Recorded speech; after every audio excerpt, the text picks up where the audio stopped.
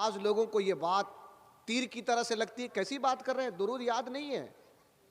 याद है।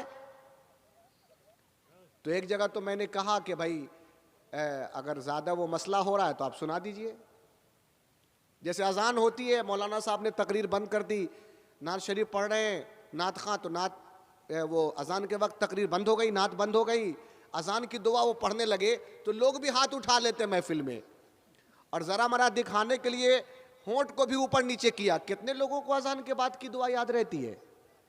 लेकिन इज्जत बचाने के लिए कि अगर हाथ नहीं उठाएंगे, कुछ इधर उधर नहीं करेंगे, तो मौलाना साहब या लोग समझेंगे कि इनको दुआ याद ही नहीं है। और सही बात यह है कि दुआ याद नहीं है, तो कहां कहां ठगेंगे, ठगे जाएंगे। तो ये सब हालत हो गई और होती जा रही है। एक तरफ तो हमारा ये ऐलान है कि दुनिया कहां से कहां बढ़ गई, हम लोग कहां से कहां चले गए, लेकिन आज भी बुनियादी तौर पर जो बुनियादी बातें हैं उससे हमारे बड़े भी दूर हैं, बीच वाले भी दूर हैं, और ये परिंदे सब क्या जान सकेंगे।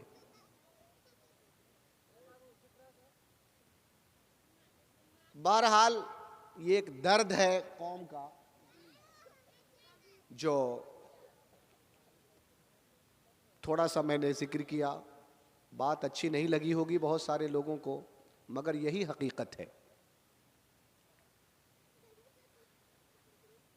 वक्त ज़ाया नहीं करते हैं, सीधी सीधी बात आपसे करते हैं। आयत जो मैंने पढ़ी है उसका खुलासा ये है कि जिसने अल्लाह की और उसके रसूल की बात मानी वो बड़ा कामयाब है। वो कामयाब है जिसने अल्लाह और रसूल का हुक्म माना, फरमा बरदारी की। ये वो आयत है जो ऐन निकाह की मजलिस में पढ़ी जाती है। हम लोग पढ़ते हैं, उसके बाद निकाह वो कबूल कराते हैं। यह आयत पढ़ी जाती है कि कामयाब वही है जिसने अल्लाह और रसूल की इताअत की, फरमा बरदारी की। इस बात को दिमाग में रखें। और ये पहली बात सुने, सरकार महबूब इलाही निज़ामुद्दीन, बहुत सारे लोग उनके आस्थाने पे आप लोगों में से हाजिर हुए होंगे, दिल्ली महबूब इलाही, उनका असल नाम है मोहम्मद। क्या नाम है? थोड़ा बोल दीजिए। मोहम्मद। इनके वालिद का नाम है अहमद, और इनके दादा बुजुर्गवार का नाम है अली। तो हजरते महबूब इलाही के जो वालिद बुजुर्गवार हैं अहमद बुखारी, दादा हैं अली बुखारी, दादा और नाना दोनों बुखारा से तशरीफ लाए थे, लाहौर होते हुए यहां तशरीफ लाए। अहमद बुखारी बदायूं शरीफ में उनका आस्थाना है। बदायूं, वहां भी बहुत सारे लोग शायद गए हों, निज़ामुद्दीन के वहां तो बहुत लोग जाते हैं।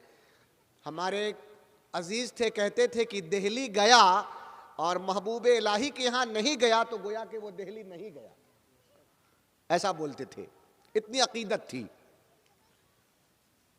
तो इनके वालिद हजरत अहमद बुखारी रहमतुल्लाह अलैह, इनका निकाह जद्दा के एक रईस आजम की बेटी के साथ मुनकिद हुआ।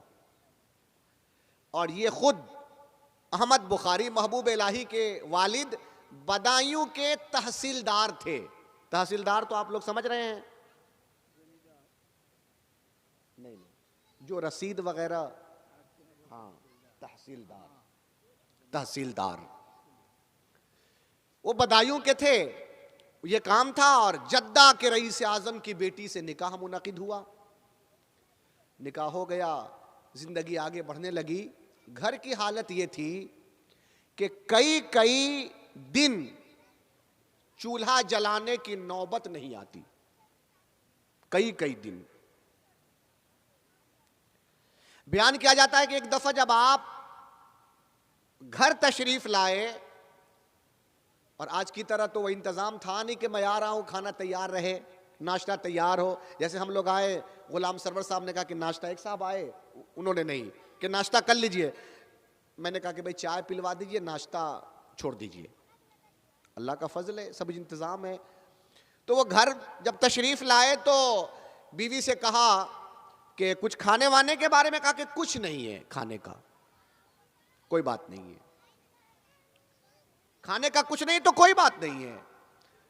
अगर आज हम आप बाहर से आए, बीवी कह दे कुछ नहीं है, तो हम नाराज हो जाएंगे, गुस्सा हो जाएंगे, कुछ नहीं है खाने को, मैं थका हारा आया। लेकिन आपके वालिद बुजुर्गवार ने कहा कुछ नहीं है, माँ ने कहा कुछ नहीं है, तो बाप ने कहा कि कोई बात नहीं है। जानते हैं, जहां इस तरह की अंदाज की बोली हो, जहां इस तरह के मिजाज हो शौहर और बीवी के, तो वहां कुछ नहीं भी होता है घर में तो बहुत कुछ होता है, कुछ नहीं होता है तो बहुत कुछ होता है। वो बहुत कुछ क्या होता है?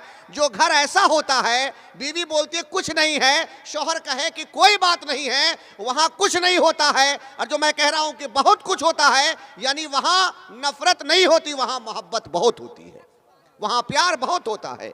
और जहां मोहब्बत होती है वहां अल्लाह की रहमत का भी खूब नुज़ूल होता है। तो का कोई बात नहीं है। ऐसी बात आदमी किससे बोलता है जब कुछ खाने को नहीं हो, कोई इंतजाम नहीं हो, कोई बिस्तर विस्तर नहीं है, खाना वाना नहीं है, कुछ नहीं है, और कहे कि कोई बात नहीं है, कहे कि कोई बात नहीं है। ये आदमी किससे बोलता है कोई बात नहीं है? जिसको अपना समझता है, महबूब समझता है, उसका प्यारा होता है, उसका अजीज होता है, बहुत जिगर के करीब होता है। तो आदमी कहता बिस्तर नहीं हुआ तो क्या हुआ, कोई बात नहीं है। गोया कि वो प्यार का इजहार ऐलान करता है, मोहब्बत का इजहार करता है, कोई बात नहीं है। तो वो करीब आई बीवी, तो अहमद बुखारी ने फरमाया कि तुम भी क्या सोचती होगी कि इतने बड़े बाप की बेटी, अब मुझसे क्या ब्याह दी गई कि कई कई रोज फाका हो जाता है, खाना नहीं बनता है, तुम भी क्या सोचती होगी। तो उन्होंने, यानी महबूब इलाही की मां ने अपने शौहर अहमद बुखारी को यूं भेंच लिया, बोलते हैं कि ऐसे पकड़ के ऐसे लगा लिया, दबा दिया।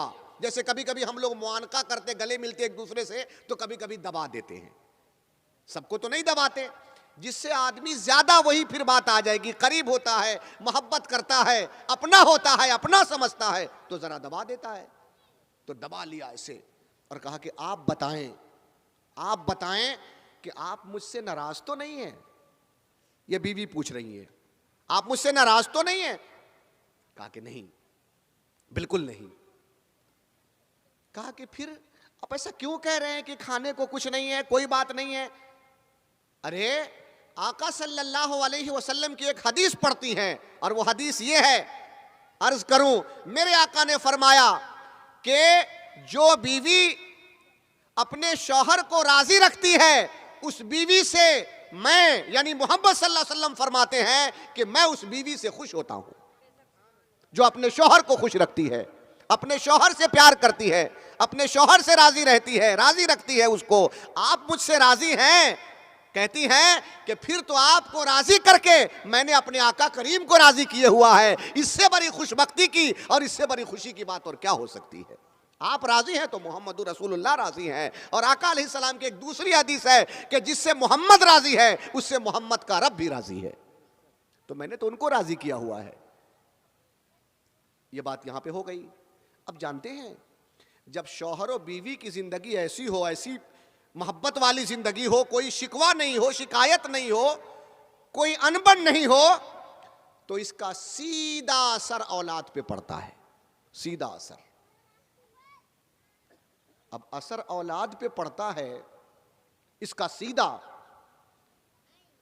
सीधा असर औलाद पे पड़ता है। और वो कैसे पड़ता है उसको भी सुनिए। अल्लाह पाक ने इन दोनों की रजा से, इन दोनों की खुशी से जो औलाद अता फरमाई, वो महबूब इलाही हुए, निजामुद्दीन हुए। छुटपन का जमाना है महबूब इलाही के। घर की हालत आज भी वैसे ही है, कभी खाना होता है, कभी खाना नहीं होता है। एक दफा का जिक्र है कि बहुत अच्छा खाना कई फाके के बाद जब आया तो छोटे थे महबूब इलाही, अम्मा से पूछते, अम्मा आज इतना अच्छा खाना कहां से आया, कैसे आया? तो माँ ने क्या जवाब दिया? माँ ने कहा कि बेटा आज हम लोग अल्लाह के मेहमान हैं, ये खाना जो है अल्लाह की तरफ से आया है। तो बहुत खुश हुए। छोटे थे, बहुत खुश हुए। किताबों में लिखा है कि फिर उसके बाद जब कई रोज फाका होता तो महबूब इलाही पूछते अम्मा से कि अम्मा हम लोग अल्लाह के मेहमान कब होंगे, यानी वो अच्छा खाना कब मिलेगा। ये छोटपन की जबान है।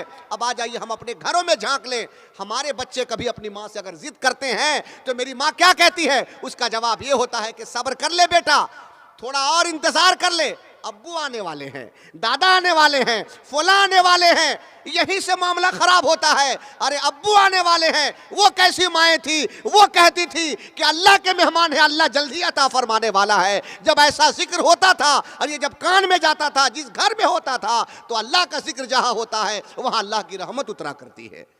अब्बा आ रहे हैं, लाएंगे, अल्लाह के मेहमान हम लोग हैं, अल्लाह खिलाने वाला, अल्लाह पिलाने वाला है। तो छोटपन से ही माँ की अल्लाह के नाम के साथ तसल्ली सुनते थे, अल्लाह के हवाले से खुश होते थे।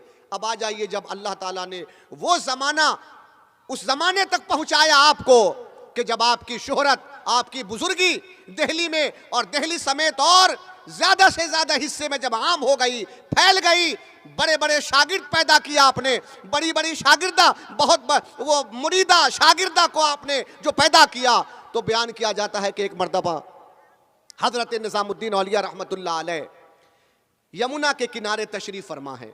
वो यमुना जिसका पानी पहले बड़ा शफाफ था, मीठा था, अच्छा था, दिल्ली के लोग पानी पीते थे, आबादी थोड़ी थी उस वक्त। तो बयान किया जाता है कि आप तशरीफ ले गए एक रोज किनारे, तो देखा कि आपकी एक शागिर्दा यमुना के उस पार से पानी लेके आ रही है। उस पार से सामना हुआ तो सलाम के बाद आपने पूछा कि उस शागिर्दा से कि क्या बात है, सब लोग यहां का पानी ले जाते हैं, पानी मीठा है, पतला है, ठंडा है, आप उस पार से पानी लेके आ रही है, उस तरफ कुछ खास पानी है क्या? ये महबूब इलाही पूछ रहे हैं। मैं असर बता रहा हूं आपको कि शौहर और बीवी जब ऐसे रहते हैं असर कितना होता है और कहां तक पहुंचता है। मेरे प्यारे अजीज साथियों, महबूब इलाही ने जब शागिर्दा से पूछा तो कहा कि हुजूर अगर ये सवाल कोई और करता तो शायद मैं नहीं बताती, मैं छुपा लेती या मैं और कोई बहाना बना लेती, लेकिन चूंकि उस्ताद से कुछ छुपाया नहीं जाता, आप पूछ रहे हैं हुजूर, तो मसला यह है कि ये जो यमुना का पानी है ना, अच्छा है, ठंडा है, ये खाना ज्यादा पचाता है, खाना ज्यादा पचाता है, और मेरे शौहर की आमदनी बड़ी कम है, मेरा शौहर कम कमाता है, बच्चे ज्यादा हैं, मैं उस पार से एक कुआं जिसका पानी खारा है मैं वो लेके आती हूं ताकि मेरे शौहर पर बच्चों का बोझ ज्यादा न हो जाए, ये परेशान न हो जाएं, इसलिए मैं ऐसा करती। हुजूर आपने पूछा तो बताया, वरना कोई और पूछता तो मैं ये बात। तो निजामुद्दीन औलिया रहमतुल्लाह अलैह फरमाते हैं अपनी उस शागिर्दा को कि फिर तुझ पर सलाम हो, तू तो मुबारकबाद के लायक है, तुझे मुबारकबाद हो, और मेरी तरफ से क्या तू कोई तोहफा कबूल नहीं करेगी? कहा कि हुजूर आपका तोहफा भला कैसे कोई कबूल नहीं करे, जरूर। तो कहा कि सुनो, तुम पानी यहीं से ले जाया करो और जो ज्यादा खर्चा आएगा वो मैं निजामुद्दीन बर्दाश्त करूंगा, हमारी तरफ से तोहफा है, ये कबूल कर लो। कहा कि नहीं हुजूर ऐसा नहीं होगा, ऐसा नहीं होगा। क्यों? कहा कि ये खबर जिस दिन हमारे शौहर को लगेगी तो उसकी गैरत मर जाएगी, या उसके गैरत को ये गवारा नहीं होगा, वो ये समझेंगे कि मैं वो कैसा मर्द हूं कि जो अपने बाल बच्चों की खिदमत नहीं कर पाता, उसका बोझ नहीं उठा पाता, मदद निजामुद्दीन फरमा रहे हैं। तो ये बात भी मुझको पसंद नहीं है, मुझको मेरे हाल पे छोड़ दीजिए। हाँ हुजूर अगर हो सकता है तो मेरे हक में दुआ कर दे, मेरे शौहर के हक में, कि आमदनी बढ़ जाए या जो है अल्लाह उसमें बरकत अता फरमा दे ताकि मैं यहीं से पानी ले जाया करूं।